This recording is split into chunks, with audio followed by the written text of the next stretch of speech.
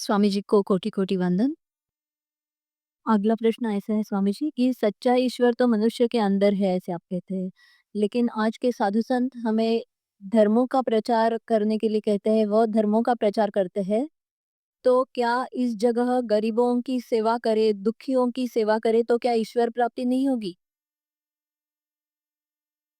देखो, ये दोनों ही काम मैंने नहीं किए। ना मैंने धर्म का प्रचार किया, ना मैंने सोशल वर्क किया। मैंने कुछ भी नहीं किया। धर्म का प्रचार मतलब फिर वो सीढ़ी वाली बातें है ना। मैंने बताया ना, जो आदमी सीढ़ी पे बैठा हुआ है, वो सीढ़ी की बात करेगा। जो आदमी मकान तक पहुँचा है, वो मकान की बात करेगा। तो जो लोग धर्म का प्रचार कर रहे हैं, वो सीढ़ी पे बैठ कर के बात कर रहे हैं और जो मकान पे पहुँचे, वो तो एक ही बात बोलेंगे ना, सबका मालिक एक है, परमात्मा एक है, परमेश्वर एक है, वो एक ही भाव बोलेंगे। एक। दूसरा, सोशल वर्क मैंने नहीं किया। सोशल वर्क नहीं किया क्यों? क्योंकि अगर मैं विदेशों में जाता, आप विचार करो ना, जैसे मुंबई में मैं आया, तो ये मेडिटेशन का पद्धति सबके लिए फ्री ऑफ चार्ज है। तो मुंबई में मेरे को उद्योगपति ने कुछ बोला, "स्वामी जी ये तो बहुत है तो अच्छा, लेकिन आप बोलते हो ये फ्री है, तो लोग बोलेंगे ये थर्ड क्लास है।" मैंने बोला, "ये उसकी सोच है, मैं क्या करूँ? सोचने दो उसको जो सोचने का है, लेकिन मैं तो गुरु ने बोला फ्री करो तो फ्री करूँगा।" ऐसा करके मैंने उसको फ्री रखा। दूसरा, विदेशों में धर्म का प्रचार नहीं किया, सोशल वर्क नहीं किया। मैं सोशल वर्कर को उल्टा ये बोलता था कि तुम ध्यान करना सिखाओ। देखो, क्या होता है, मैं सोशल वर्कर को बोलता हूँ, जैसे तुम एखादे बच्चों को पुस्तकें दोगे, पुस्तकें कल फट जाएगी, पैसे दोगे, पैसे समाप्त हो जाएँगे, कपड़े दोगे, कपड़े समाप्त हो जाएँगे और दूसरा दवाइयाँ दोगे, दवाइयाँ समाप्त हो जाएगी। कहने का मतलब जो भौतिक चीज़ है वो दोगे तो बाद में कल समाप्त हो जाएगी और तुम्हारे पे डिपेंड होगा। उसके अंदर कुछ चेंज नहीं आया, उसके अंदर कुछ बदलाव नहीं आ रहा है। और मैं क्या करता हूँ मालूम है? मैं ऐसा सोशल वर्क नहीं करता, मैं क्या करता हूँ, एक छोटे से बच्चे को एक बूट पॉलिश की डब्बी और एक ब्रश ला के दे देता हूँ। बाद में वो अपना बूट पॉलिश करके अपना खुद पैसा कमा सकता है और खुद अपना जीवन यापन कर सकता हूँ। तो ये एक बार उसकी आत्म जागृति करा दो। आत्म जागृति कराने उसको आपकी तो क्या उसको दुनिया के किसी भी व्यक्ति की कोई ज़रूरत नहीं रहेगी। वो खुद आत्मनिर्भर बन जाएगा। तो समर्पण ध्यान सोशल वर्क नहीं है, समर्पण ध्यान स्पिरिचुअल वर्क है। इसके अंदर वो आदमी खुद के ऊपर निर्भर हो जाता है, वो किसी के ऊपर निर्भर नहीं रहता और किसी मदद की उसको कोई आवश्यकता नहीं रहती।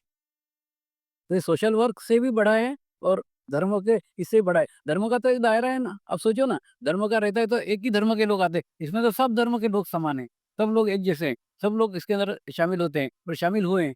मतलब मैंने मेरे दरवाजे सबके लिए खुले करे लेकिन आना चाहिए ना सब, तो सब उसके अंदर शामिल हुए हैं, उसके अंदर आए हैं। और दूसरा मैं क्या बातें करता हूँ, बाहर जाके क्या बोलता हूँ, उसका एक मैं थोड़ा-सा आपको उदाहरण बताता हूँ। एक कोलिन करके क्रिश्चियन पादरी है।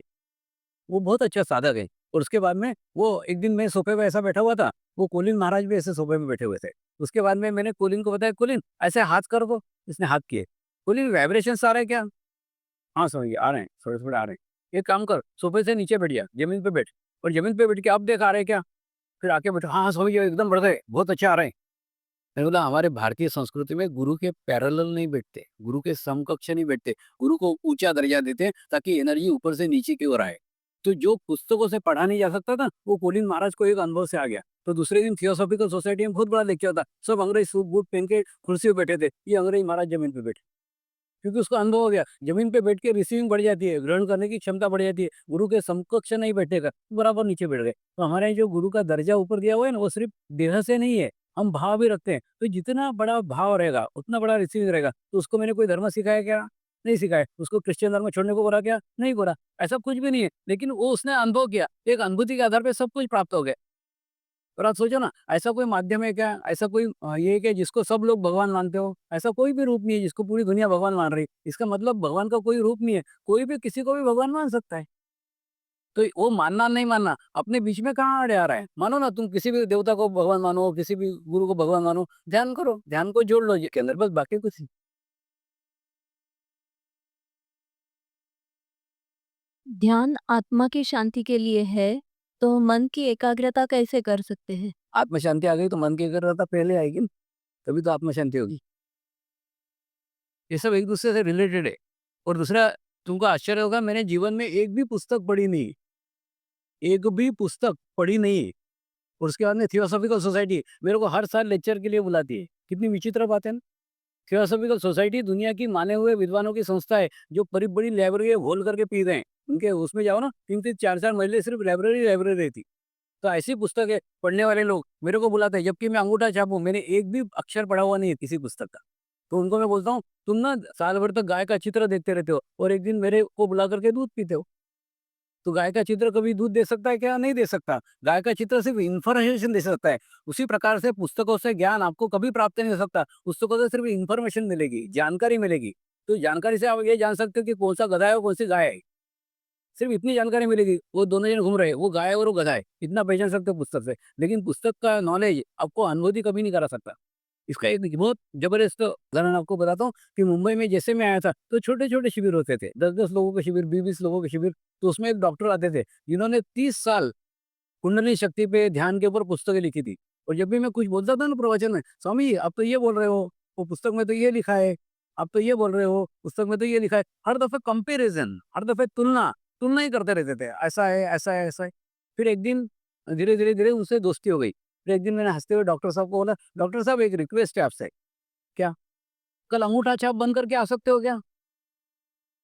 वो तैयार हो गए। दूसरे दिन मेरे घर पे आए, मैं ध्यान करते बैठा था, वो ध्यान करने बैठ गए। तो उनको पौने 2 घंटे ध्यान लगा। तो उन्होंने पूछा, "स्वामी मेरे जीवन में मैंने 30 साल से ध्यान के ऊपर पुस्तकें लिखी, इतना अच्छा ध्यान मेरा आज तक नहीं लगा, क्यों लगा?" मैंने बोला, "अंगूठा छाप बन गई इससे। आज सब ज्ञान छोड़ के आ गए। तुम कार लेके आए, कार से मेरे घर में घुस गए क्या? नहीं, कार बाहर खड़ी करी और पैदल अंदर आए।" उसी प्रकार से ज्ञान के साथ परमात्मा तक पहुँचा जा सकता है। परमात्मा को पाया कभी नहीं जा सकता। परमात्मा को पाना है तो आपको समर्पित होना ही पड़ेगा।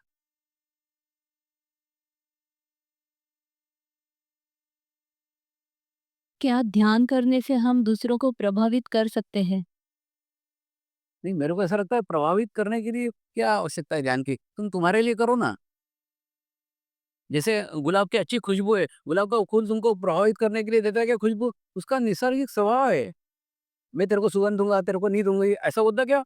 कोई भी गुलाब के फूल से जाएगा, सबको खुशबू आती है। तो उसी प्रकार से प्रभाव तो खुद ब खुद दिखेगा, प्रभावित करने के लिए करने का ज़रूरत नहीं। और दूसरा ना कुछ भी पाने के लिए ये मत करो, ये मिलना चाहिए, वो मिलना चाहिए, ऐसा करके मत करो। एक नैसर्गिक रूप से ग्रहण करो ना। तुम तुम्हारे प्रगति के लिए करो, तुम्हारे भविष्य के लिए। अब प्रभावित करता मतलब देखो ना, अब मैंने बताया ना, मैंने तो एक पुस्तक पढ़ी हुई नहीं, फिर भी ये लोग क्यों मेरे को हर साल बताते हैं। इस साल भी अभी मैं जाके आया था सभ्य सोसाइटी।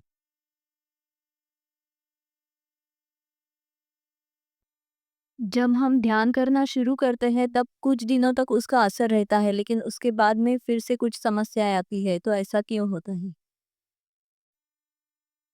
ये ध्यान को कंटिन्यू रखना चाहिए ना। देखो, जैसे आज भी मैं रेगुलर ध्यान करता हूँ। ये समझ लो एक लोटा है, उस लोटे को आपने खूब मांज दिया, खूब घिस दिया, एकदम चक, चक, चक, चक, चक चमका दिया। हाँ, उसके बाद में कल हम देखने जाएँगे ना, तो उसके ऊपर थोड़ी-सी धूल आ ही जाएगी। क्यों धूल आएगी? 24 घंटे के अंदर, 24 घंटे रहा ना वो वातावरण में, तो वातावरण का दुष्प्रभाव उस पे थोड़ा-थोड़ा हो गई, तो कल फिर उसको मांजना पड़ेगा। तो उसी प्रकार से ध्यान का है। ध्यान एक बार कर लिया और तुमको एकदम एक स्थिति प्राप्त हो गई, ऐसा नहीं। ध्यान कर लिया, उसको सतत रखना ही पड़ेगा और एक स्थिति प्राप्त होने के बाद में उसको मेंटेन करके रखो। और मैंने बताया ना, सबसे सिंपल है कैसेट सुनो, कैसेट सुनते-सुनते ध्यान खुद ब खुद लग जाएगा। समाज की अनदेखी बुरी बातों से कैसे बच सकते हैं? अरे बाहर नहीं जान दो समाज को, खुद का देखो पहले। अरे राम अपने ज़माने में सुधार नहीं पाया, कृष्ण अपने ज़माने में सुधार नहीं आया, अपन सुधार लेंगे क्या समाज को? इसीलिए मैं बोलता हूँ कि ये मत देखो जीवन में कि अंधेरा कहाँ तक है, अपना दिया जला लो, बस। तो तुम्हारे आस-पास प्रकाश ही प्रकाश है, बाहर में गया दुनिया क्या कर ले? ये ऐसा सोचने वाले ज़्यादा खड्डे में जाते हैं, क्योंकि क्या है, खुद की स्थिति तो खराब रहती और दूसरे की स्थिति देखने जाते हैं। अरे बाबा, ये स्पेशली महिलाओं का होता है। खुद का स्थिति खराब है, पति के बारे में सोचेगी, लड़के के बारे में सोचेगी, लड़की के बारे में सोचेगी, पति अरे सबको बाहर में आने पहले खुद का स्थिति अच्छा कर ना। मतलब ना वो बर्तन उठाने जा रहा है, जिसके अंदर हाथ में ताकत ही नहीं है, मरियल है, और 5 किलो का बर्तन उठा रहे, हड्डी टूट जाती है। तो ऐसा काहे को करते हो? बर्तन उठाने के पहले हाथ पहले मजबूत करो, उसके बाद में तुम एक प्रार्थना करो ना, तुम्हारा पति प्रार्थना से ही सुधर जाएगा। लेकिन उसको सुधारने में तुम क्यों बिगड़ रही हो? इसलिए किसी को सुधारने का कोशिश मत करो। पहले सुधार खुद से करो, खुद की स्थिति अच्छी करो, तो तुम्हारा बराबर प्रभाव उसके ऊपर पड़ेगा ही। सुधारने में बिगड़ने के चांसेस ज़्यादा रहते हैं। क्या होता है मालूम है? अपन उसके दोष देखते हैं, वो अपने दोष देखता है। ये सुधरना बिगड़ने की पहली सीढ़ी है। किसी को मत सुधारो, सुधारना है अपने पे प्रयोग करो, अपने को सुधारो। अपने अंदर कौन से दोष है, अपने अंदर कौन सी गलती है। समाज के सुधार की शुरुआत स्वयं से करो। क्या ध्यान करने से हमें अपना ध्येय मिल सकता है? ध्येय प्राप्त कर सकते हैं? प्राप्त तो हो जाता है, इसमें करने वाला भाव नहीं रहता है। कैसे मैं आपको बता दूँ? आध्यात्मिक क्षेत्र में ना प्रयत्नों को कोई स्थान ही नहीं है। प्रयत्नों को कोई स्थान नहीं है, मतलब कैसे? जैसे समझ लो आप एक आलसी घोड़ा है, आप एक बदमाश घोड़ा है, आप दौड़ना नहीं चाहते, लेकिन 4 अगर अच्छे दौड़ने वाले घोड़ों के साथ में आप जुड़े हुए हो, तो क्या होगा? वो 4 घोड़े आपको दौड़ा करके स्टेशन पहुँचा ही देंगे। आपकी इच्छा हो, नहीं हो। तो उसी प्रकार से आप सिर्फ सामूहिकता में आ जाओ, आप कलेक्टिविटी में आ जाओ, तो हज़ारों लाखों साधक जुड़े हुए हैं और लाखों लोगों की प्रगति हो रही है। तो आपकी अधोगति कैसे हो सकती है? या आपकी प्रगति कैसे रुक सकती है? रुक ही नहीं सकती, सबके साथ में हो जाता है। दूसरा क्या है प्रॉब्लम्स का और समस्या का, मैं एक सिंपल उदाहरण बताता हूँ। जैसे समझ लो एक ग्लास का पानी है, हाँ? वो ग्लास के पानी में हम 1 चम्मच शाही डाल देते हैं, तो क्या होता है? पूरा ग्लास का पानी काला हो जाता है। और वही 1 चम्मच शाही अगर हमने जाके गंगा नदी में डाली, तो क्या होगा? गंगा नदी में वो कहाँ चली गई पता नहीं चलेगा। और काली शाही वहाँ जाके गोरी नहीं होगी, काली शाही काली रहेगी, लेकिन उसका अस्तित्व विहीन हो जाएगा। उसी प्रकार से क्या होता है, जब मैं, मेरा, मैं करते रहते हैं ना, तो हम ग्लास का पानी हो जाते हैं। उसके बाद में एक छोटी-सी समस्या, छोटी-सी प्रॉब्लम हमको हमारे जीवन को दूषित कर देती है। और जब हम ध्यान करते हैं, हम मेडिटेशन करते हैं, तो हम लाखों लोगों के साथ जुड़ते हैं और लाखों लोगों के साथ जुड़ते हैं तो क्या होता है, अपना अस्तित्व शून्य हो जाता है। तो अपनी समस्या कब आई और कब चली गई पता ही नहीं चलता। तो आप साधकों को पूछो, उनके लाइफ में प्रॉब्लम कब आते हैं, कब चले जाते हैं, सब देखते रहते हो, चलते रहते हैं। तो कहने का मतलब क्या है कि उसके अंदर उसका एहसास आपको नहीं होता, क्योंकि आप एक सामूहिकता में चले गए, आप गंगा नदी का पानी हो गए, तो 1 चम्मच शाही आपका कुछ बुरा नहीं कर सकती। आप जिस तस्वीर को प्रणाम करते हैं वो किसकी तस्वीर है? ये मेरी ही तस्वीर है, मेरे सूक्ष्म शरीर की है। लेकिन ना देखो एक बताता हूँ, एक बार शिविर के अंदर कई लोग जिनके अंदर आत्माएँ वास कर रही थी, वो मुझे मोक्ष माँग रहे थे, "बाबा मोक्ष दे दे, बाबा मोक्ष दे दे, बाबा मोक्ष दे दे।" तो मेरे को प्रश्न उठा कि ये मेरे को मोक्ष माँग रहे हैं, तो क्या मैं मोक्ष दे सकता हूँ? और मैं मोक्ष दे सकता हूँ तो मैं कौन हूँ? तो मैंने मेरे एक गुरु को संबंध स्थापित किया, उनके सामने ये समस्या रखी। तो उन्होंने इतने सुंदर शब्दों में बताया कि जब तू एखादे बगीचे में बैठ के खाना खा रहा है, तब तेरे को भिखारी आके बोलेगा, "बाबा एक रोटी दे दे, बाबा एक रोटी दे दे।" क्योंकि भिखारी को मालूम है इस समय रोटी माँगना उचित है। हाँ, और वो तुझे रोटी माँगेगा और तू रोटी देगा। तू सड़क पे से जा रहा है, तब तेरे को भिखारी रोटी नहीं माँगेगा, भिखारी बोलेगा, "बाबा ₹1 दे दे, बाबा ₹1 दे दे।" तो ये आत्मा को ही मालूम है किस स्थिति में माँगा जाता है, वो एक स्थिति है। ये जो फ़ोटो है ना, फ़ोटो की एक स्थिति है, जिस स्थिति में मैं पूर्ण शून्य की अवस्था में हूँ। तो वो एक क्या बोलते हैं ना एक साधक ने, जब उसको वो स्थिति प्राप्त हुई, उस स्थिति में उसने वो निर्माण की। तो मैं वो स्थिति को नमस्कार कर रहा हूँ, जो गुरु से पूर्णतः एक रूप है। तो वो स्थिति में पूर्ण टाइम नहीं रहता है, लेकिन वो स्थिति एक उच्च स्थिति है, तो स्थिति को नमस्कार है वो, किसी शरीर को या किसी आकार को नहीं। दूसरा वो मंत्र वाला प्रकार है ना, तो मंत्र का इन लोगों ने रिसर्च किया है। फॉरेन के अंदर सब चीज़ का रिसर्च होता है। तो उन्होंने एक सामान्य आदमी को वो ओरा के मशीन के ऊपर बिठाया। उसके बाद में उसका फ़ोटोग्राफ लिया, उसका ओरा लिया। उसके बाद में ये गुरु मंत्र दिया और ये गुरु मंत्र के बाद में 3 बार उच्चारण करके फिर उसका ओरा लिया। तो उसके ओरा के अंदर चेंज आ गया। ओरा के अंदर एक सकारात्मक बदलाव आ गया था। तो इतना ये लोग रिसर्च करते हैं एक-एक चीज़ पे और एक-एक चीज़ पे रिसर्च करके फिर इसमें मान्य करते हैं। क्या रहता है कि जैसे विदेशों के अंदर ना ऐसे ही जाके प्रभावित करो तो ऐसा नहीं होता। वहाँ पे वो लोग उसको तौलते हैं, नापते हैं, उनके पास सब उनके मापदंड है, उसके बाद में उसको ये करते हैं। अभी जर्मनी से कुछ पानी की बोतलें मेरे पास आई हुई थी, वो पानी की बोतलों को अभिमंत्रित करके जापान भेजा गया है और जापान में उसका रिसर्च होगा। रिसर्च होने के बाद में उसके लैबोरेटरी से रिज़ल्ट आएँगे कि अभिमंत्रित करने से पानी के अंदर क्या बदलाव आता है, क्या चेंज आता है। उसके जो पानी के कण रहते हैं ना, कण के अंदर चेंजेस आता है। पानी पानी के कण के अंदर बदलाव आता है और वो बदलाव जो सकारात्मक बदलाव है, वो लैबोरेटरी में टेस्ट होता है। उसका भी टेस्टिंग आ रहा है। तो इसके ऊपर भी अध्ययन करने की, इस पे भी रिसर्च करने की बहुत आवश्यकता है और बहुत बड़ा क्षेत्र है। इसीलिए मेरी इच्छा है कि ओरा के लिए एखादा रिसर्च सेंटर खोला जाए, इसके ऊपर ओरा का ही अध्ययन किया जाए, ओरा के बारे में जानकारी प्राप्त हो, ओरा के बारे में सब हो क्योंकि भारत में भी इसके ऊपर कुछ नहीं हुआ है। दूसरा ओरा का आपको कुछ समझे नहीं समझे इतना बताऊँ क्या? ओरा यानी हवामंडल, हवामंडल यानी वातावरण। जैसे आप एखादे के घर में कुछ तो पता पूछने के लिए जाते हो और घंटे भर तक वही बात करते बैठते हो। तो क्यों वहाँ बैठ गए? क्योंकि वहाँ का हवामंडल अच्छा था, वहाँ का ओरा अच्छा था, वहाँ जाके आपको अच्छा लगा। अच्छे होने की पहचान है, अच्छा लगा, ये पहली पहचान है। एक आधे के घर में आप बहुत देर बैठने के हिसाब से जाते हो, लेकिन 5-10 मिनट बाद ही वहाँ से भागने की इच्छा होती है। इसका मतलब वहाँ का वातावरण दूषित है, वहाँ का वातावरण खराब है। तो अगर आप ध्यान करोगे, अगर आप मेडिटेशन करोगे, तो आप अनुभव करोगे, आपके दुश्मन भी आपके पास आके बैठने लग गए। क्यों आया? कुछ नहीं, इधर से आज जा रहा था, तेरी याद आ गई, तेरे को मिलने आ गया। अरे! इतने साल तो नहीं आया, आज क्यों आ गया? लेकिन वो क्यों आया? क्योंकि उसको आपके पास आके अच्छा लग रहा है। उसको आपके पास आके शांति प्राप्त हो रही है, तो वो बार-बार आएगा। क्यों आ रहा है उसको भी उसका पता नहीं, उसको पूछोगे तो भी नहीं बता सकता। लेकिन क्या है आपका अगर हवामंडल अच्छा हो जाएगा, आपका अगर ऑरा अच्छा हो जाएगा, तो आपके पास में लोग शांति को प्राप्त करेंगे। आपके आस-पास एक शांत वातावरण रहेगा। तो आपको भी आपका फ़र्क नज़र आएगा, जो आपके दुश्मन है, जो आपको पसंद नहीं करते, आजकल वो भी अपने पास आके बैठने लग गए। वो भी अपने पास आके रहने लग गए। ये इसके अंदर एक चीज़ है। तो ऑरा यानी वो स्थिति जहाँ जाके अपने को अच्छा लगता है। आप ना 8 दिन का एखादा महाशिबिर का प्रोजेक्टर शिबिर करो, ये विषय बहुत बड़ा है। तो ये एक-एक चक्र के ऊपर एक-एक दिन में 2-2 ढाई-ढाई घंटे बोला हूँ, तो उसको जो देखोगे ना, ये पूरा विषय आपके समझ में आएगा। दूसरा वो कोई पुस्तक नहीं है कि 8वें अध्याय में ये आएगा मतलब ये आएगा। उसमें कुछ नहीं, हर दफ़े बदलता रहता है। कहीं कौन-सा महाशिविर लगाओ, कहीं कौन-सा महाशिविर लगाओ, तो कुछ भी नहीं रहता। और दूसरा, पुस्तकें मैंने पढ़ी नहीं, तो पुस्तक की बात मैं नहीं करूँगा। पुस्तक अपने को इन्फॉर्मेशन देती है, अनुभूति नहीं।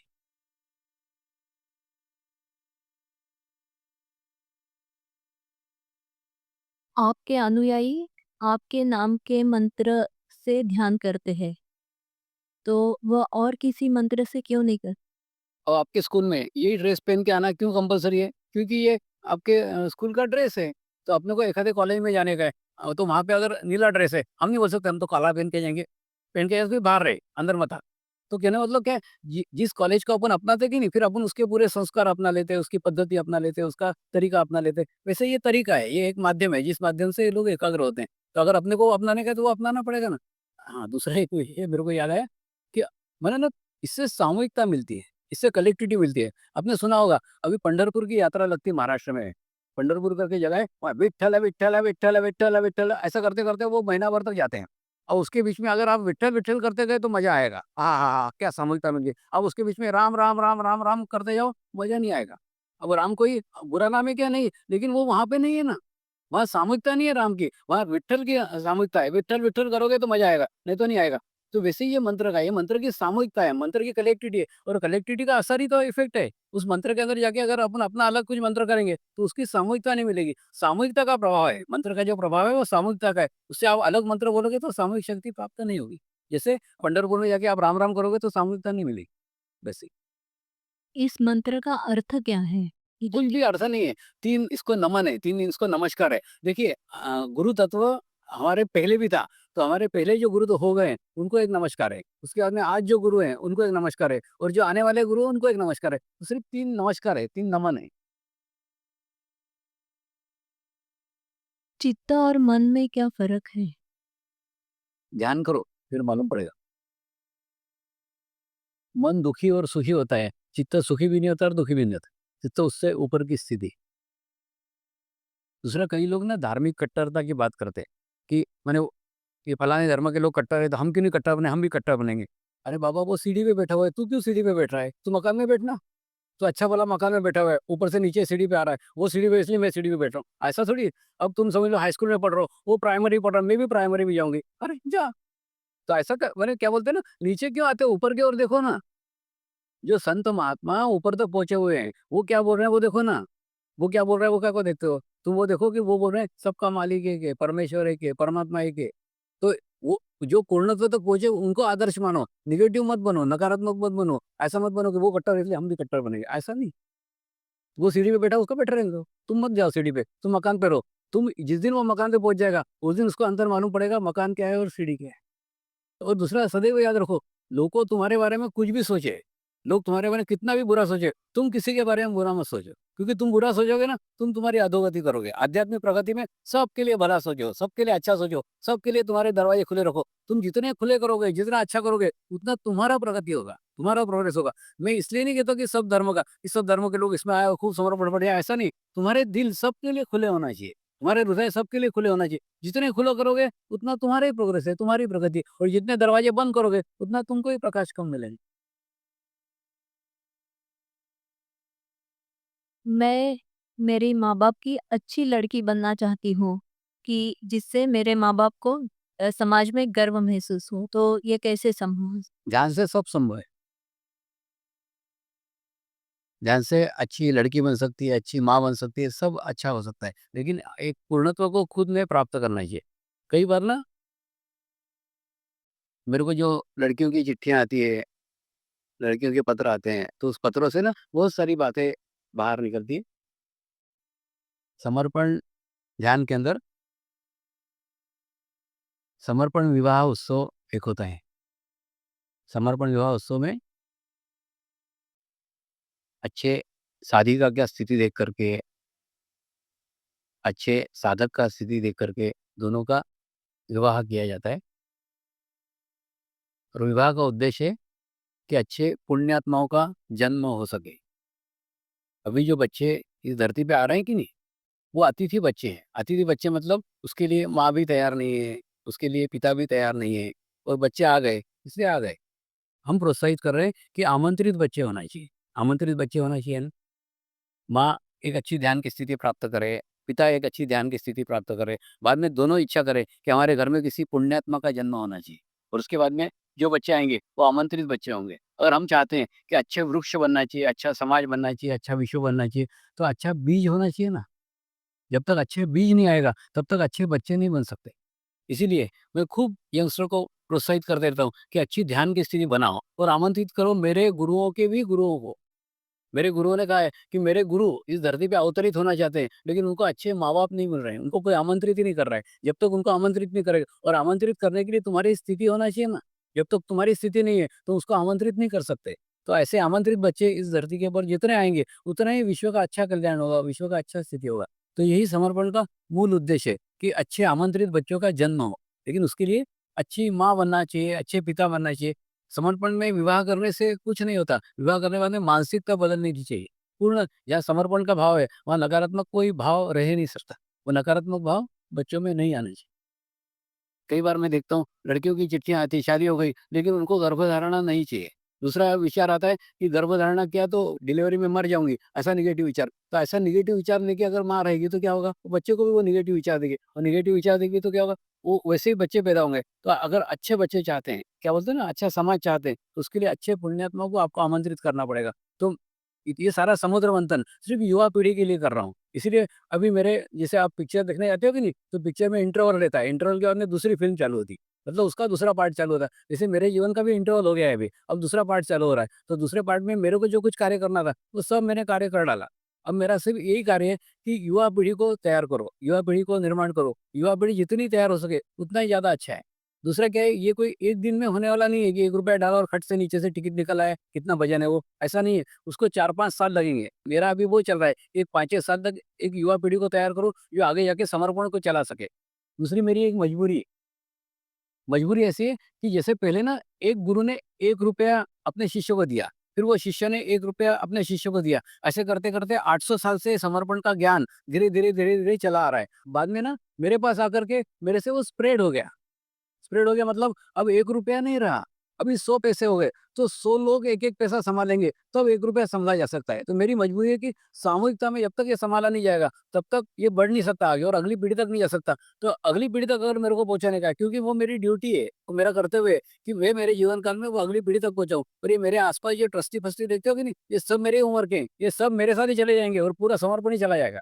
तो ऐसा नहीं जाना चाहिए, वो अगली पीढ़ी तक पहुँचना चाहिए। इसलिए मेरा प्रयास है, इसलिए मेरा प्रयत्न है कि युवा लोगों को मैं इसके अंदर लाऊँ और इसको युवा लोगों को उसके लिए प्रोत्साहित करूँ। वो युवा सबसे अमीर लोग हैं, जिनके पास में उम्र है, जिसके अंदर साधना है, साधना करने के लिए समय है। वो करेंगे तो एक अच्छा जीवन वो व्यतीत कर सकते हैं, एक सफल जीवन वो व्यतीत कर सकते हैं। हमने तो हमारे को जैसा चाहिए वैसा विश्व हमारे आस-पास निर्माण कर लिया, लेकिन आने वाला विश्व तुमको निर्माण करने का है। तुमको कैसा बनने का है ये तुम निर्भर करो। तुम जैसे बनोगे वैसे तुम्हारे आस-पास विश्व निर्माण होगा। इसलिए आवश्यकता है कि इसमें युवा पीढ़ी आए और इसको सँभाले। इसलिए उनको सँभालने के लिए, तैयार करने के लिए ये सब कुछ कार्य कर रहा हूँ। अभी आगे का मेरा उत्तरार्ध मैं उसी के लिए लगा रहा हूँ। इसलिए ये साल हमने युवा वर्ष के रूप में घोषित किया है। सारे युवाओं को उसके अंदर प्रोत्साहन दे रहे हैं। जीवन में सबसे अमूल्य चीज़ कौन-सी है? समय, जैसे मैं बोलता हूँ ना, सबसे अमीर जो है ना यंगस्टर है। उनके पास में समय है, क्योंकि अगर समय ही नहीं रखा, कितनी भी अच्छी चीज़ मिली, तो कुछ काम की नहीं ना। ये समझ लो अपन सब्जी मंडी के अंदर टमाटर खरीदने के लिए गए, हाँ, उसके बाद में इधर देखा, ये सब्जी ली, उधर देखा, वो सब्जी ली, उधर देखा, वो सब्जी ली। ऐसा करते-करते आखिरी कोने तक पहुँचे दुकान के। एकदम सब्जी मंडी के आखिरी दुकान पे पहुँचे, वहाँ पे बहुत अच्छे किस्म के टमाटर दिख रहे हैं, लेकिन जेब में पैसे ही नहीं है। पैसे खत्म हो गए। ₹20 लेके या ₹50 लेके गए थे सब्जी लेने, वो खत्म हो गए और खत्म होने के बाद में अच्छे टमाटर दिख रहे हैं, लेकिन पैसे ही नहीं है। तो ऐसे कई वृद्ध साधकों की स्थिति है। सब कुछ प्राप्त हो गया है, सब कुछ समझ में आ गया, लेकिन साधना करने के लिए उम्र ही बाकी नहीं रहेगी। सब कुछ खरीदा जा सकता है, सब कुछ प्राप्त हो सकता है, आपके जीवन का क्षण कभी प्राप्त नहीं हो सकते। उसको कभी भी गँवाओ मत, वो फिर कभी नहीं आएँगे। इसलिए सबसे अमीर और सबसे बहुमूल्य समय है, वो आपके पास में है। उसका सदुपयोग करो, तो एक अच्छी स्थिति तक आप प्राप्त कर सकते हो। और रही बात भौतिक साधनों की, भौतिक स्थिति की, तो मैं जंगल में था ना, तो जंगल में आदिवासी रानी खुद अपने सर पे टोकरा रख के फल तोड़ कर लाती थी। तोड़ के इसलिए लाती थी कि स्वामी जी को मेरे बगीचे का सर्वश्रेष्ठ फल मिलना चाहिए, ये उसका भाव रहता था। तो मैं जंगल में रहता था, तो जंगल के सर्वश्रेष्ठ फल मेरे पास में उपलब्ध थे, मेरे को प्राप्त थे। और मैं समाज में आया हूँ, तो समाज की जिस सुख-सुविधाओं की तुम कल्पना करो, वो सब सुख-सुविधा मेरे को प्राप्त है। लेकिन कहने का मतलब उसके अंदर मैं नहीं हूँ। तो ये सुख-सुविधा हुआ, ये सब बाहरी है, ये आपको ऐसे ही प्राप्त हो जाता है। इसके लिए प्रयास करने की, इसके लिए प्रयत्न करने की कुछ आवश्यकता नहीं। अष्टसिद्धि में से लक्ष्मी एक सिद्धि है, वो ऐसे ही प्राप्त हो जाती है। उसके लिए प्रयत्न की आवश्यकता नहीं है। आप आपकी स्थिति बना लो, ये सब खुद ब खुद मिल जाएगा, ऑटोमेटिकली मिल जाएगा। और इसके लिए इधर ध्यान की आवश्यकता है, आप आपकी आध्यात्मिक स्थिति अच्छी बनाओ। इसलिए बार-बार आध्यात्मिक स्थिति पे द्योतक कर रहा हूँ। उसको अगर बना लोगे, बाकी सब मिल जाएगा और बाकी चीज़ पकड़ने जाओगे तो ये भी नहीं मिलेगा और वो भी नहीं मिलेगा। देखो जैसे अमृत अंजन का बाम रहता है कि नहीं, घुटना दर्द हो रहा है तो यहाँ लगा सकते हो। लेकिन पेट में दर्द हो रहा है तो अमृत अंजन लगा सकते हो क्या? नहीं लगा सकते हो। उसी प्रकार से ये सुविधाएँ हैं, ये कम्फर्ट है, ये आपको बाहरी कम्फर्ट दे सकती है, आत्म सुख नहीं दे सकती। आत्म सुख पाने के लिए आपको ध्यान ही करना पड़ेगा, मेडिटेशन ही करना पड़ेगा। दुनिया के अंदर बहुत अमीर-अमीर लोग साधक हैं, वो बोलते हैं स्वामी दुनिया की हर चीज़ खरीद सकते हैं, सिवाय आत्म सुख के, आत्म शांति के। तो कृपा कीजिए हमको आत्म शांति दीजिए, हमको आत्म सुख दीजिए।